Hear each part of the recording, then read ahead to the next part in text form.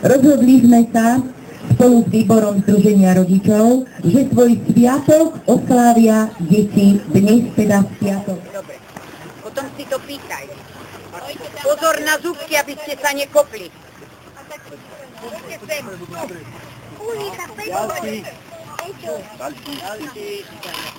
Dávaj, poď, Oliku, pani Čeka, ti dá.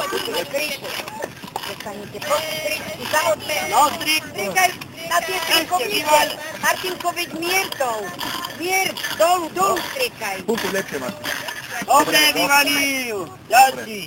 Utekaj. Utekaj. A to sa same otáča, vidíte? Hori. Hadi sa sama otáča. Ešte kustík, ešte.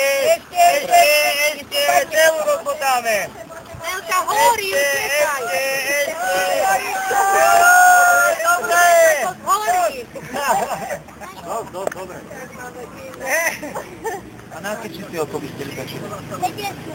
Nie, 155, áno. Na také číslo sa pamätajte. Alebo 112, aby to pri nás nosička. S tými nosičkami prídeme niekde do domu, naložíme pacienta, to je ten človek, ktorý potrebuje pomoc, alebo je zranený, naložíme ho do tejto saničky, on si tu tak pekne leží, napojíme na ňo tieto prístroje zložité, čo tak zložito vyzerajú, no a ideme s ním do nemocnice. Takto, a takto leží. Áno, a vidíte, že ona takto bude, zrejme bude takto nejako. Tak to je jediné, tým prštekom, čo môžete robiť. Môžete aj hodiť toku. Áno, tak. Aby dýchala. Jej sa ona má takú dôležitú rúročku krku, a ktorá keď je zaklonená, ona dýchať nebude. Keď nebude dýchať, bude zle. Aspoň toto, takto. Áno, tým prštekom. Takto je rovno držať hlavičku. Ale najprv, prvé, čo musíte zavolať pomoc. Áno? A keď príde tá pomoc, aspoň takto je držať hlavičku. Áno?